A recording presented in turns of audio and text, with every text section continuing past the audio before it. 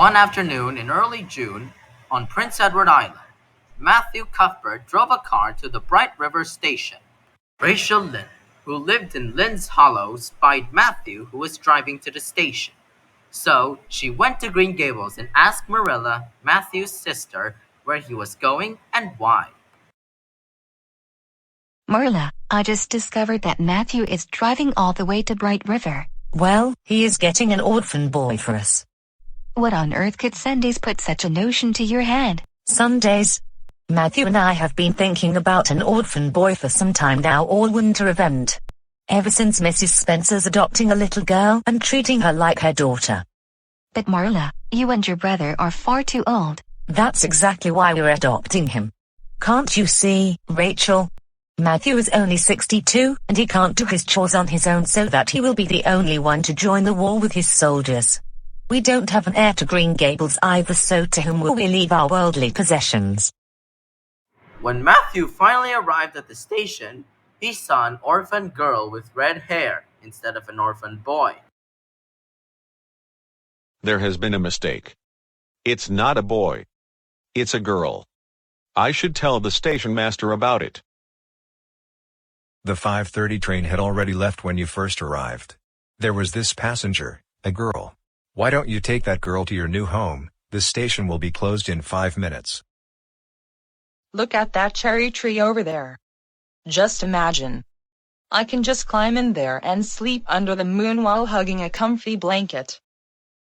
In the orphanage, we only had gray blanket. You can't really dream under a gray blanket, can you?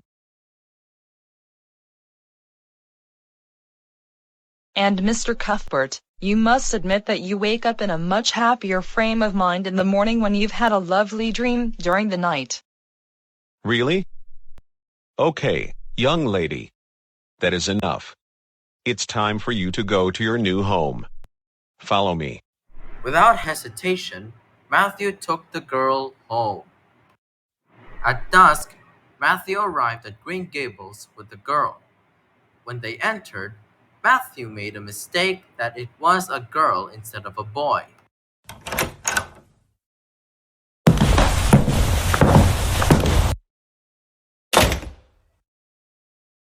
Good heavens, Matthew. Where's the little boy? There's no little boy. I have a girl found at the station. This is impossible. I can't believe it. We asked Miss Spencer for a boy to work on the farm. No. I got to the station and there was this little girl waiting for me. What was I supposed to do? Something sensible for once.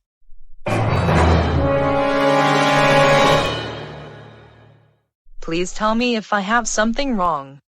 You don't want to take me because I'm not a boy, am I right?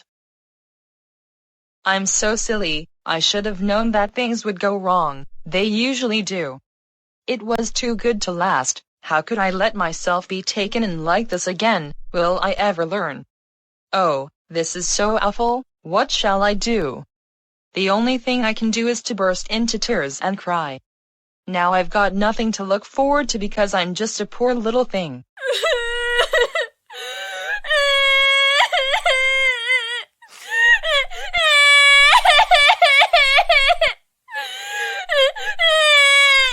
Calm down now. Stop with those tears. Matthew, can you tell me the name of the child? I don't know the name. What's your name? Cordelia. That is not your name. Could you please do us the honor of introducing yourself? My name is Anne Shirley. But I always insist that everyone spells Anne with the letter E at the end. It doesn't matter at all. For all I care, I would be Cordelia Anne, or sometimes, Victoria.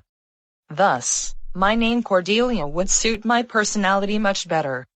When I was a child, I used to think how wonderful it would be to be called Cordelia, by the way, but I suppose that it must be Anne, and don't forget to put the letter E at the end of my name. Is the difference between Anne with and without the letter E important to you? Yes. Anne without the E is a very common name, while Anne with the letter E is very special. Didn't Matthew explain to us how things are with us on the farm? We desperately need a boy who could help us with the farm work even without Matthew.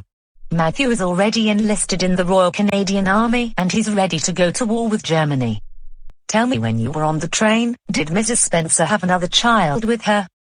No, only Lily, and she is Mrs. Spencer's loving adoptive daughter. She believes that Mrs. Spencer was a mother figure to her.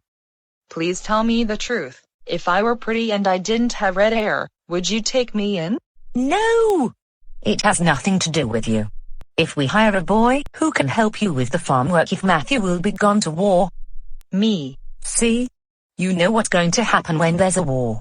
But I do feel sad for you, Cordelia, or Yam with an E, or whatever you'd like to be called. Now, take off your hat and let's eat dinner. Wearing hats indoors is strictly forbidden. After Marilla realized that the child's name was Anne, she granted her and she had dinner with Anne and Matthew. Later, Anne was very tired and Marilla led Anne to her own bedroom. Marilla, she's very tired after a long journey. Just take her upstairs and tuck her into bed. Yes, Matthew. Come along, Anne. Follow me.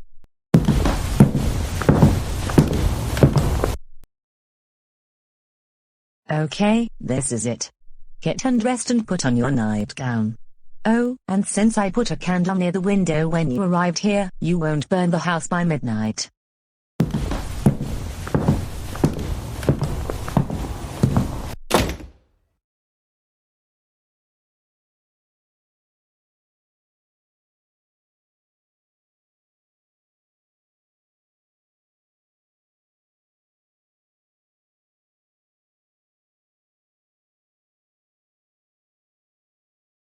Good night, Anne.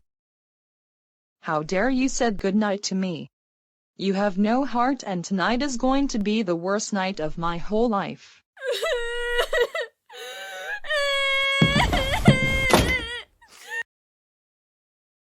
One of us will take her back tomorrow. I suppose so. You suppose so? Don't you know so? Well now, Marilla.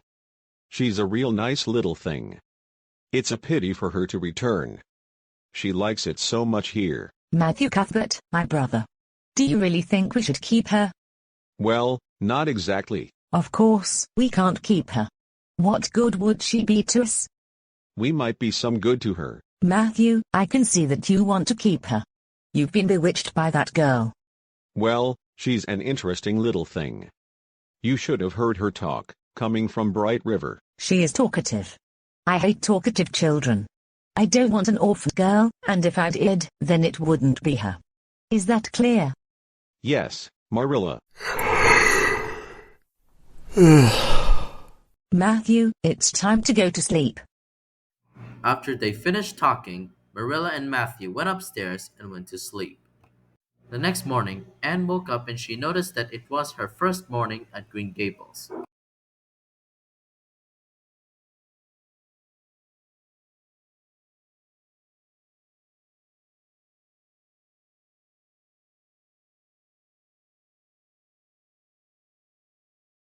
Good morning, Green Gables.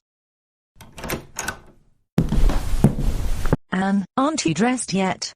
Get dressed. Breakfast is waiting downstairs. Wash your face and comb your hair.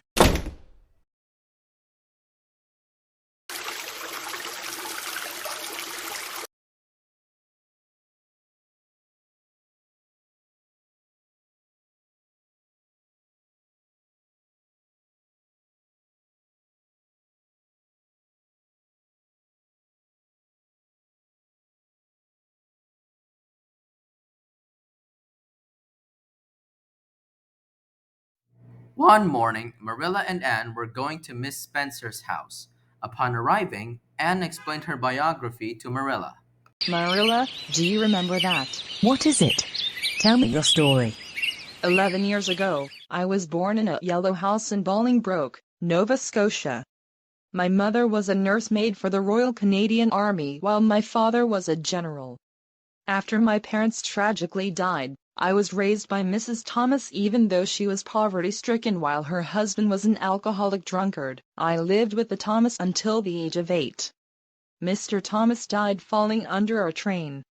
When I left the Thomas, I was forced to live with the Hammonds who had 8 children. I tried to support her children but unfortunately, Mr. Hammond tragically died.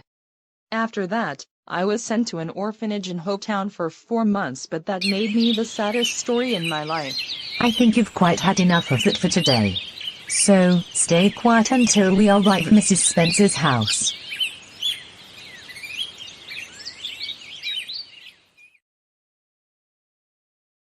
What?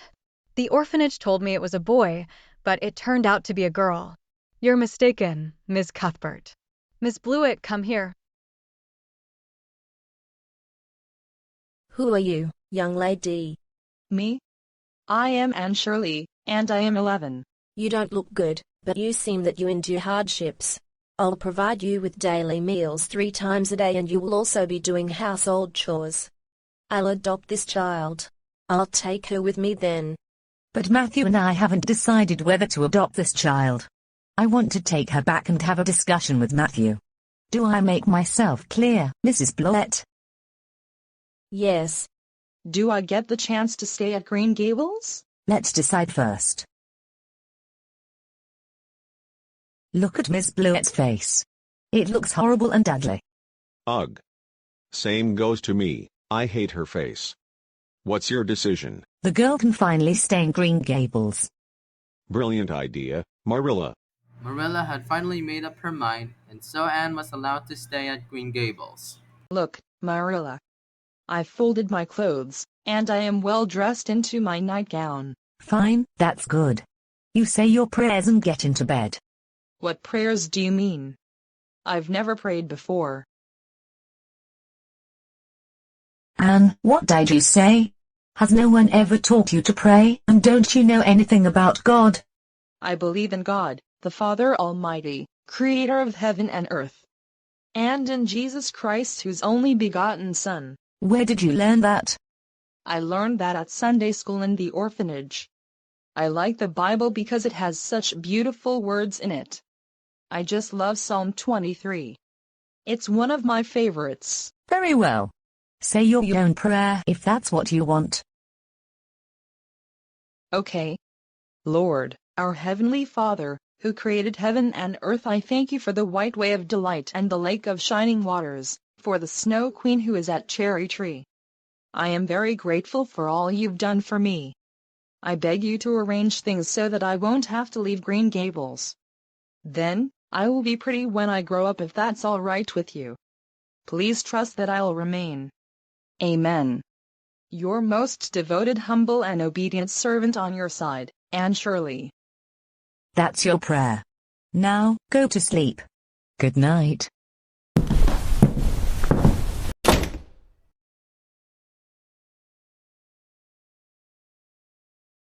Marilla, look at that girl. She has freckles, looks skinny, and her carrot red hair, very priceless.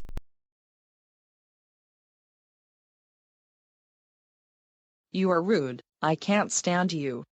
I hate you. I hate you. I hate you. How dare you mock me for having red hair and such freckles? And how dare you mock me for looking skinny? I don't care if I hurt your feelings because you look fat and ugly. You've hurt my feelings than they were ever hurt before. You know what? I will never forgive you. Did anybody ever see such an unacceptable outrage? Anne, I want you to go to your room this minute right away. You can stay there until I tell you to come down again.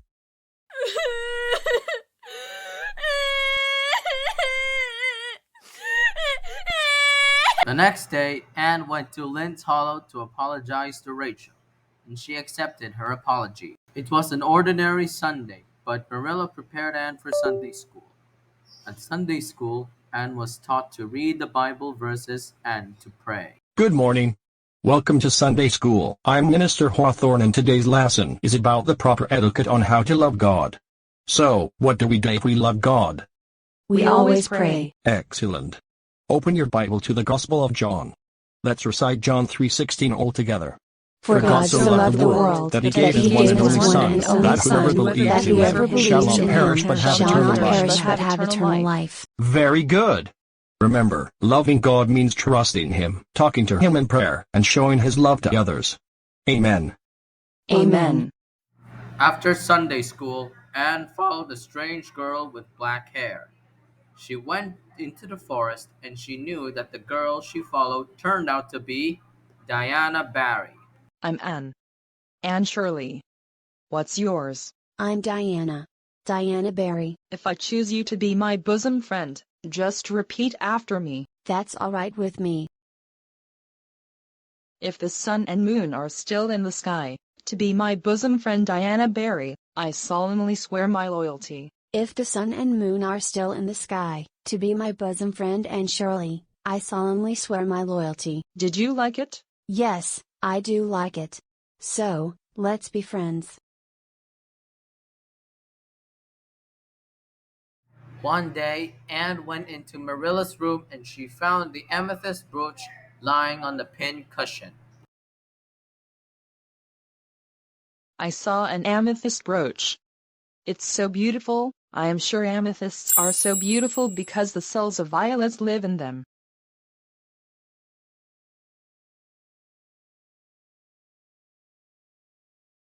She took it outside and she reached out the brooch as if she were Cordelia, but she accidentally dropped the brooch to the lake of shining waters.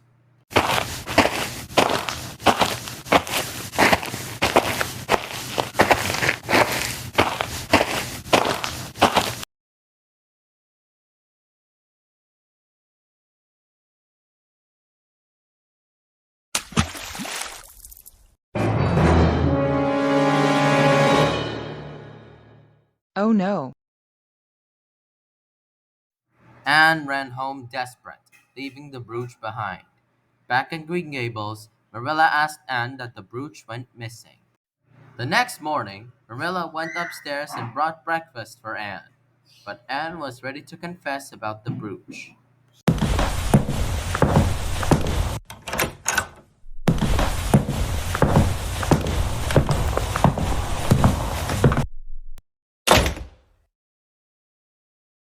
Marilla, I thought about it, and I'd like to confess. It's about time. Anne, I'm rather curious to know what you have to say. I picked up the brooch and held it in my hand, then I pretended to be like Lady Cordelia walking through the lake of shining waters. I walked all the way to the near end just to raise the brooch and I accidentally dropped it into the lake. Marilla, your brooch sank to the deep water for a little while. I couldn't see it, but it disappeared. It laid forever at the bottom of the lake, and no one would be able to admire it again. Unfortunately, that was the whole sad story. Unbelievable. I think you must be the most awful little girl I've ever come across. I suppose that's true. But I deserve to be punished for what I've done. Marilla, it's your duty to punish me, but please let's get it over with as soon as possible. I'd like to go on a picnic without feeling awful about the brooch. What?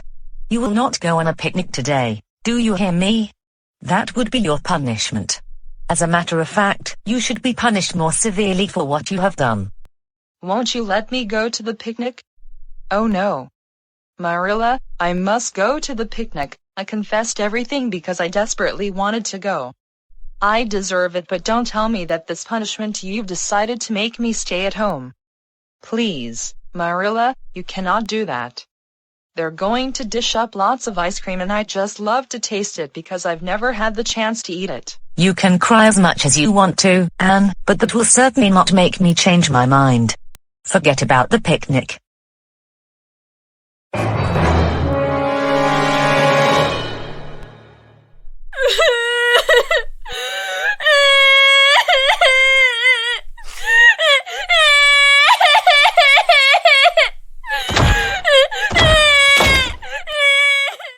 After Anne confessed that Marilla's brooch went missing, she cried because she wasn't going to the picnic. Later in the afternoon, Marilla found an amethyst brooch that was hiding in a pincushion. Where's that brooch? Ooh, I found it. Marilla, what is it? I just found the amethyst brooch that was sitting on a pincushion. Why did you say those things this morning? Because if I didn't say something, I couldn't leave my room. So, I used my imagination and tried hard to come up with these words. I've practiced all night. But in conclusion, I am still forbidden to go to the picnic, and I have vain efforts. That's what I thought. All right, Anne. You can go to the picnic if you like. Really? Thank you, Marilla. This is the happiest day of my life. And it's already too late. Everyone should have just come here. Wash your face and brush your hair first. Finally, after the confession, Marilla made Anne go to the picnic. One fateful night, as Matthew was leaving for war, Anne and Marilla began to feel sad. Matthew, do you still need to go even if Marilla and I will be left alone? Don't worry, Anne. I need to go now. You will watch Marilla and Green Gables while I'm away.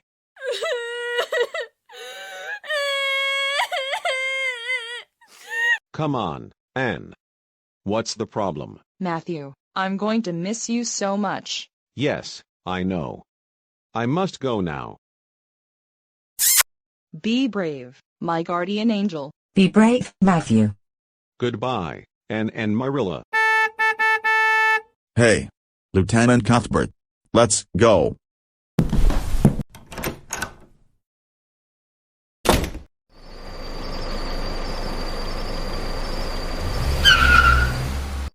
During class, when Mr. Phillips was teaching, Gilbert touched Anne's red hair and called her carrots.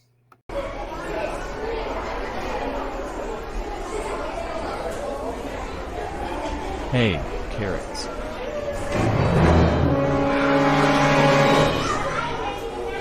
How dare you? Ow. It hurts very bad. And Shirley, you hit Gilbert with a book. Young lady, you will go to the corner until class is over.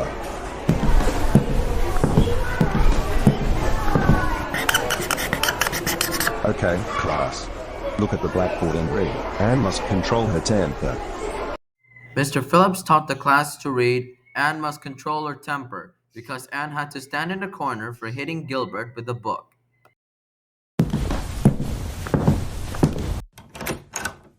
Diana, please come in. Of course. Why, thank you, Anne.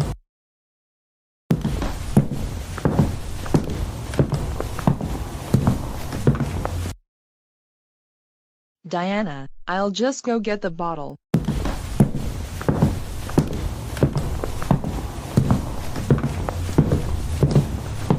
How wonderful. My favorite raspberry cordial. I knew that. I hope you enjoyed it. You may drink as much as you like. Aren't you going to have any? No, I better not. I feel so full after eating all those apples, I might just get sick. I'm not as sensible as you are.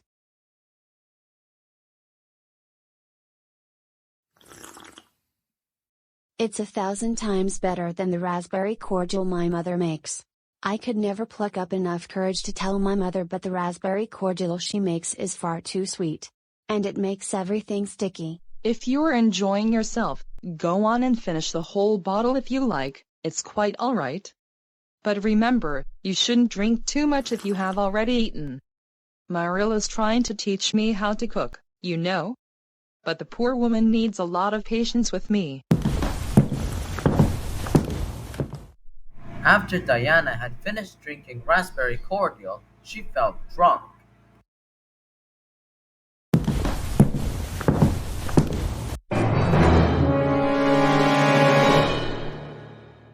Oh no. What's the matter with you? I'm feeling sick, I want to go home right now. Diana became drunk because she drank 3 glasses of raspberry cordial. Her head became very dizzy and she had to go home.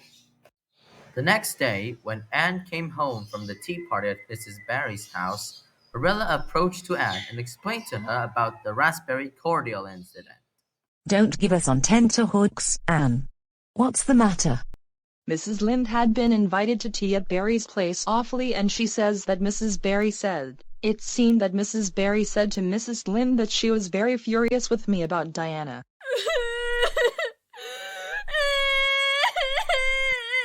Did you do anything naughty? It's terrible.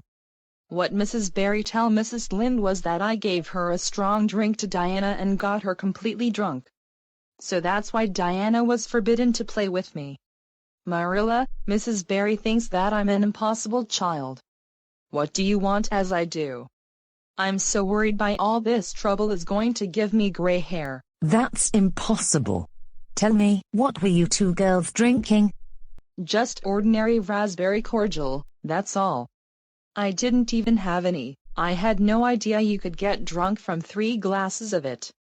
Diana said it was delicious, that's why she had so much. She drank 3 glasses. Yes, and I was so happy because she liked it. I didn't know that it could make her drunk. Drunk, Diana? That's absolutely rubbish. Mrs. Barry must be mad to make an accusation like that. Marilla looked at an empty bottle and she figured out that it turned out to be black currant wine instead of raspberry cordial. Later, when bad news came, Anne came downstairs and Marilla explained to her about what had happened with Mrs. Barry.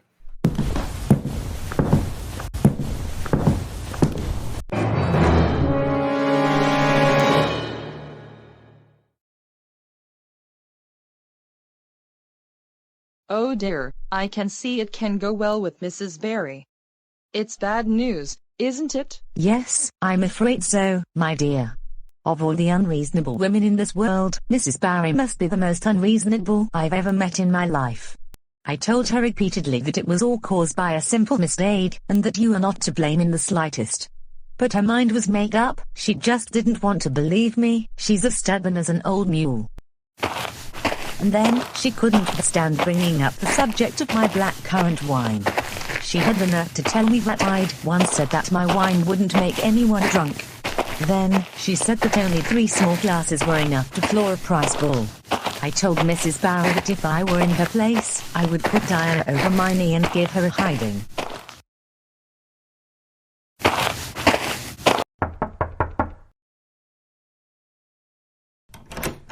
What do you want, Anne? Mrs. Barry, won't you please try and forgive me? I didn't mean to poison Diana. Really, I wasn't trying to do that at all, you must believe me. Why do you want to do such a thing? Just imagine when you were in my place as a poor little orphan girl who had been adopted by nice people and you had only one best friend in the whole world. Won't you try to poison her? Won't you? How could you believe that I would hurt her on purpose? I really thought it was lovely raspberry cordial and said it, Diana, we never dreamt for a moment that it could be anything else but cordial. Please, if you separate Diana and me, it's just as if you were throwing a big black cloud over my life. This is most unfortunate, Anne. But I must tell you that I don't want you here. You're not the right companion for my daughter. Now go home. Leave me alone and learn to behave yourself. Please, let me see Diana one last time so that we can say goodbye to each other. I'm sorry, Anne. She went to Carmody with her father. Good night.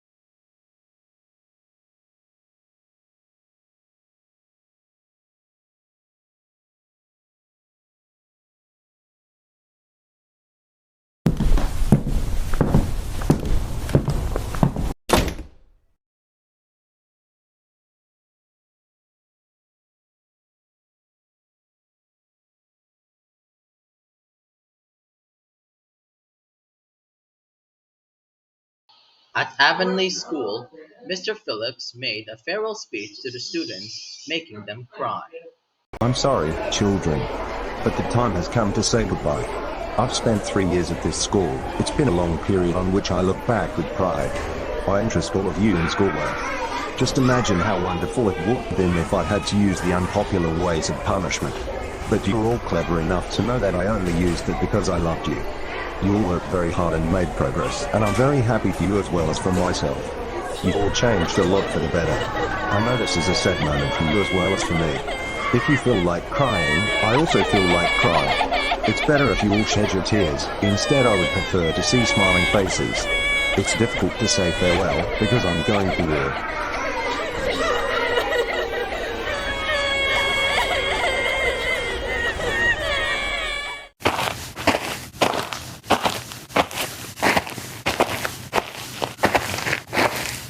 The time has come to say goodbye.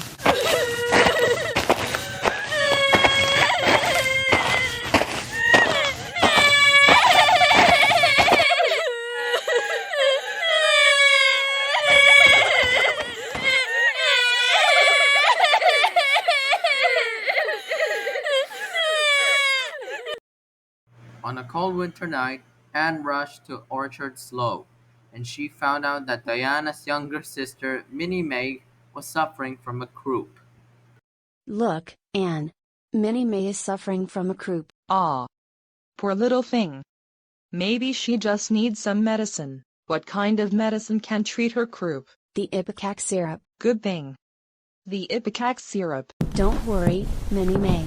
Everything will be just fine.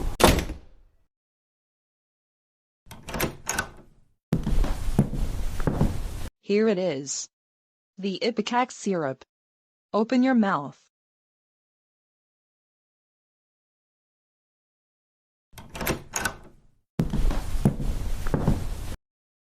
What's going on here? Look what me and Diana did. I cured Minnie May with this special ipecac syrup. That's wonderful. And you're starting to feel like you're a nurse. Thank you, Miss Shirley. You saved my life. You're quite welcome. Good night, Mrs. Barry. Good night, Diana. And good night to you, Minnie May. Mrs. Barry went inside and told her that she gave Minnie May a taste of ipecac syrup to make her feel better. When it was finally over, Anne went home. Who dares wish to jump first? Let's do it together.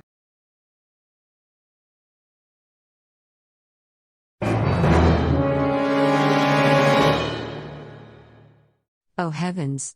What who? Young ladies, what is the meaning of this midnight assault? Miss Barry. I didn't know you were in here, truly. I thought the bed was gloriously empty. Aunt Josephine, we're very sorry. I just wanted to pretend we were leaping into the clouds. But instead, we landed on an angel. An angry one. I ought to be furious. But it's been a while since anyone called me angel. Fine, you may stay. But no flying into beds unannounced. Do you hear me? Yes, ma'am. No aerial maneuvers.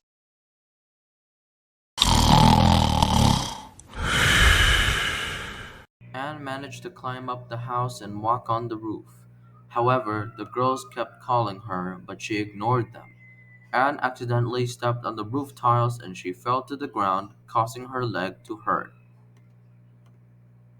Get down from here, Anne. It's dangerous up there. You're going to have a serious injury if you do that kind of stunt.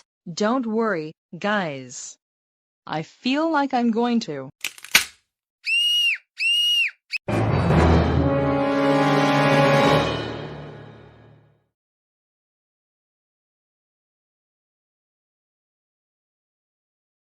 Well now, Miss Shirley, I hear you were playing Queen of Camelot.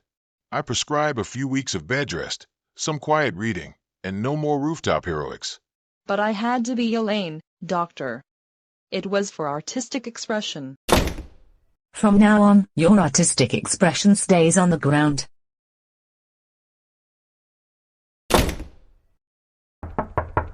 Hello? Hello there. What do you want from me? I want you to take this dye color. It will make your hair turn dark when you dye it raven black. But remember, don't tell it to anyone about it.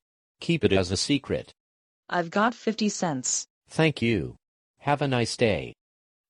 Without a warning, the peddler gave the dye color to Anne and went away. The next morning, when Anne had already dyed her hair black, she realized that her hair turned out to be green. Oh dear. What happened? My hair has gone green. Oh no. That must be a mistake. Tell me what's wrong. Don't look at me, Marilla. You're starting this drama again, Anne. Look at your hair.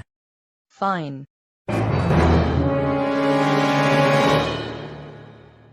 Good heavens. You dyed your hair green, did you? To tell the truth, yes. The peddler approached at the front door, and he gave me the black hair dye in exchange for 50 cents. Ugh. Okay then, since you dyed your hair, I will wash the dye out so that your hair will be good as new again. Marilla went on to wash Anne's hair to remove the dye several times, but it was no use. The dye became permanent. Well, since the dye didn't work, I guess it is time to cut your hair.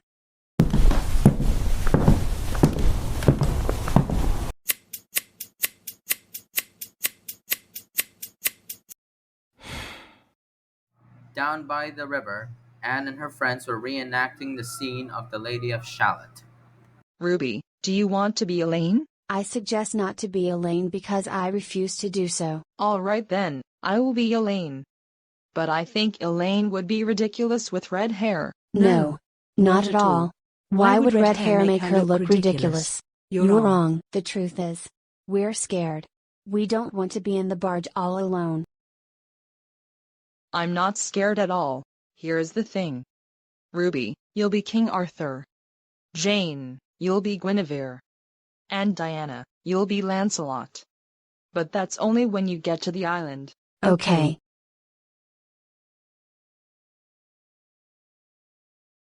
Rest well, my lily maid.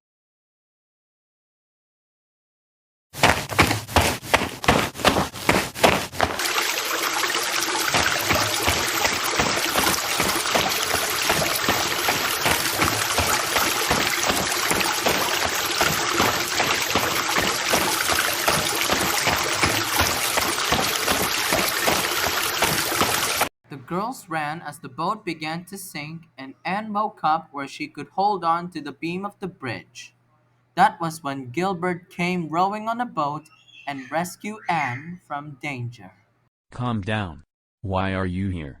I came to rescue you. Why am I here? That's what I was asking you. I was portrayed as Elaine, but the barge wasn't supposed to sink. Well, Lady Elaine, your knight in a rowing boat requests the honor of rescuing you, if your pride allows it. Just this once. As the years went by, Anne became 16 years old when the final days of World War II were near. One day while Marilla was reading the newspaper as Anne was curled up on the rug, she told Anne to tell something about what she did at school.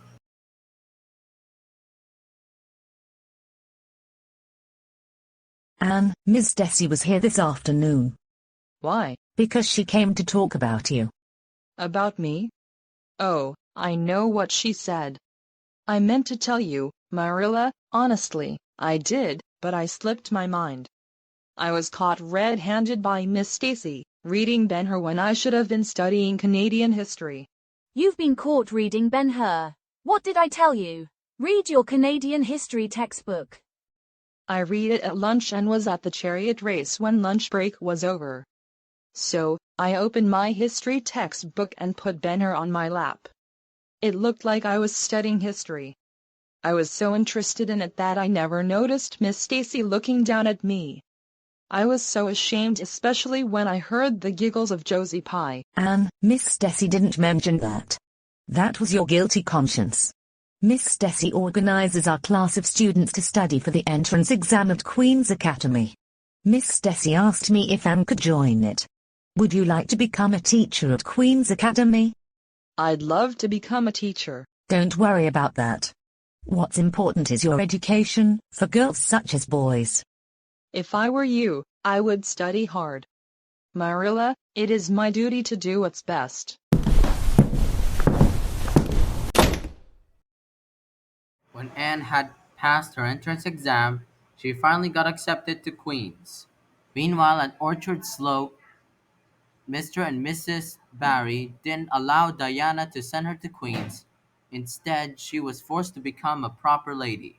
Can I please go to Queen's Academy so I can study there to become a teacher? Absolutely not, Diana.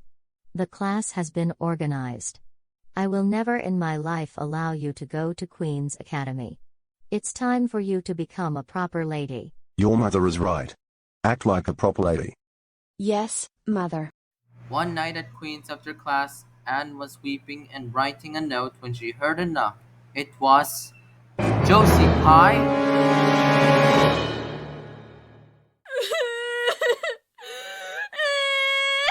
It seems that you're weeping. What's up, Josie Pye? There's nothing about that. But I'm so glad you came here. The good part is that we left our Avonlea.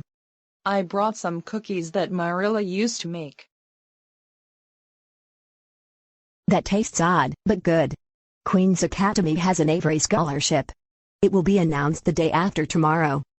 If I get first place in the English examination, then I can get the Redmond College scholarship. That's $250 per year for 4 years. And if I get the Avery scholarship, Matthew will be proud of me once he comes back from war. Are you aiming for it? If I can, I will get it. How happy to have ambitious. After achieving one, another ambition awaits. Hi, Anne. I'm Stella. Nice to meet you. And I am Priscilla. Nice to meet you as well. Do you want to tell me what this is all about? You, Gilbert and Louis are the candidates for the gold medal. Do you want to get the Avery scholarship? I will try my best to do it. Why is getting a teaching certificate very difficult? Without realizing, Anne studied hard for the English examination, then she finally passed the exam. However, the exam results took place at the hallway when Anne and Jane heard the news. Finally, the first level examination results are going to be announced. Don't worry, you'll surely get the Avery Scholarship Gold Medal. I'm not sure. Everyone says Emily will get the Avery Scholarship. Don't mind these rumors. 3 cheers for Gilbert. Medalist.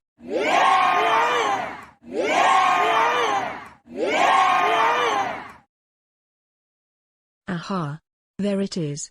3 cheers for Anne, medalist.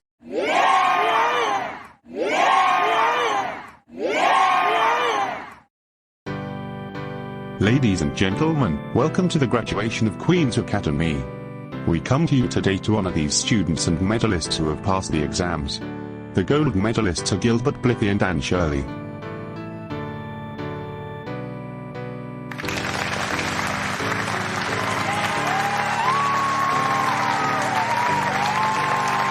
Congratulations, Miss Shirley. I hereby accept you to Redmond College. We're so proud of you, Anne. Good job, Anne. You did it. Early in the morning, Anne and Matthew went on to do farming activities. Ah. It's such a lovely day. Yes, it is rather special. In fact, the weather is beautiful. Matthew, I'm going to Avonlea. Can I bring you anything? No, thank you. I mean, wait. Martin, could you on your back go to the post office and collect the newspaper for me? Okie dokie. You're lucky to have him because he's an excellent worker. If that's true, why didn't you give him more of your duties? If the weather stays that sunny, we should have a good harvest this year, especially with that potatoes. Yes, I think so. Let me just get back to work. Not so fast. You need to rest for a while. Some other times, it's such a beautiful day that'll be a sin to be wasted on resting. The implements need repairing and cleaning. Unbelievable. You've forgotten anything that Doctor told you, haven't you? See you later, Matthew. I'll be waiting, Anne. I hardly recognize him since you've been back. He's so much better.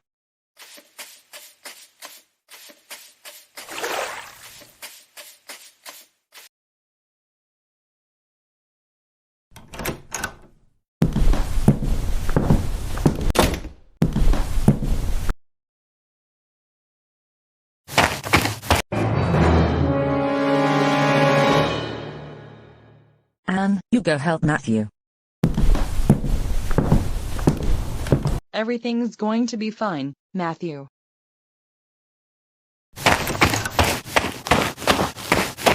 Good heavens. Matthew is dead.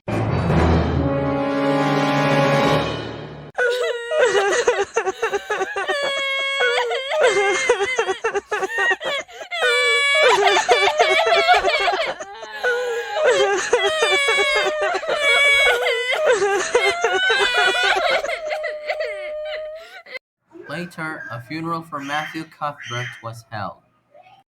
People, we come to you today to remember the life of Lieutenant Matthew Cuthbert. He had always been a legend, but he's a hero. Matthew had led the platoon of the Royal Canadian Army to the battlefields of foreign grounds to serve our country. His legacy would live on as we both pay tribute to him. I would like to say this. Matthew was kind to me, so was Marilla. I tried everything for our family, especially when I missed him, having to say goodbye to him. That was the saddest experience I've ever had, like that part where Mr. Phillips had to say goodbye to us and then we cried together. Thankfully, when I returned from Queens, I came home just to see and reunite with Matthew again. He was a good brother to me, but he turned out to be as stubborn as a mule. His stubbornness made him steady, but loyal. Soon, he had to be enlisted in the army ever since he was 18 years old. He had fought many wars and battles in the past. After World War I, he went home, and we worked together at Green Gables as siblings. That was when he went home with an orphan girl instead of a boy to work at the farm. I was so happy that Anne, Matthew and I were together as one happy family. But something changed his mind. He went to war with his army, leaving me and Anne behind. Sometimes, I missed my brother so much. Thank you. That's all the eulogies that we had. Ready for the gun salute to honor Lieutenant Cuthbert. Aim. Fire.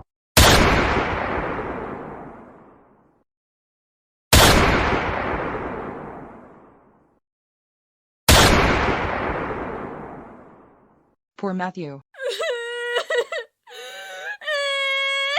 What's the matter, dear? Why are you crying? I thought of Matthew, and he thought that he loved me so much when I first set foot at Green Gables 6 years ago. Come here. Matthew will be in your heart. Don't cry now. Finally, Anne made up her mind that she would be teaching at Avonlea School before attending Redmond College. Gilbert, I've got some news for you. What is it, Anne? Over the next 2 years, I'll be teaching at Avonlea School before going to Redmond College. Why? Because my studies had been postponed since Matthew's death and Marilla's poor eyesight. I'm so glad that I will stay close to her. Well, okay. I will offer a teaching position for you to teach students in Avonlea. Thank you, Gilbert. That would be the happiest moment of my life.